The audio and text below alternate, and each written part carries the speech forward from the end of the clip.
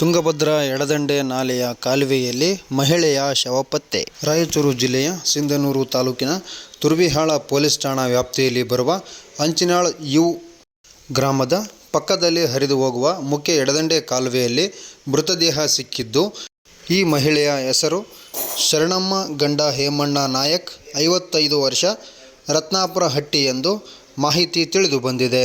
Turvihal police ಠಾಣೆಯ PSI Sujata ಅವರು ಮಾಹಿತಿಯನ್ನು ಜನವರಿ 11ರಂದು ಮಧ್ಯಾಹ್ನ 12 ಗಂಟೆಗೆ ಮಾಹಿತಿಯನ್ನು ತಿಳಿಸಿದ್ದಾರೆ.